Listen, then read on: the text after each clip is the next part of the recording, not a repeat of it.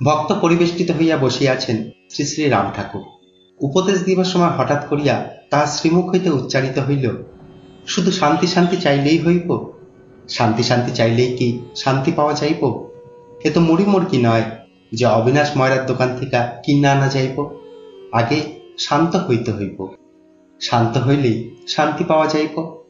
ঠিক তখনই একজন ভক্ত ঠাকুর মহাশয়কে বলিয়া উঠিলেন, ঠাকুর, যে নাম আপনি দিয়াছেন সে নাম আমি প্রতিদিন জপ করিয়া থাকি, কিন্তু ঠাকুর কেন জানি মনে আনন্দ পাই না।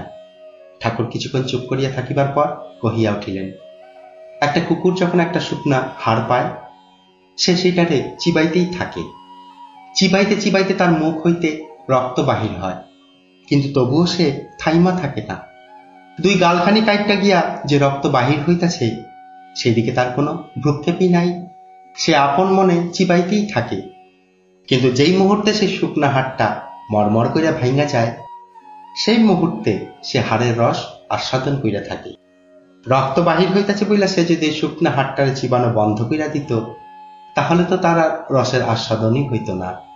ঠিক তেমনি ভাবেই নামের ভিতর লুকোনো আছে এক অক্ষয় সুধা, কষ্ট কইরা তার আস্বাদন গ্রহণ করতে হইব। জয় রাম, জয় গোবিন্দ।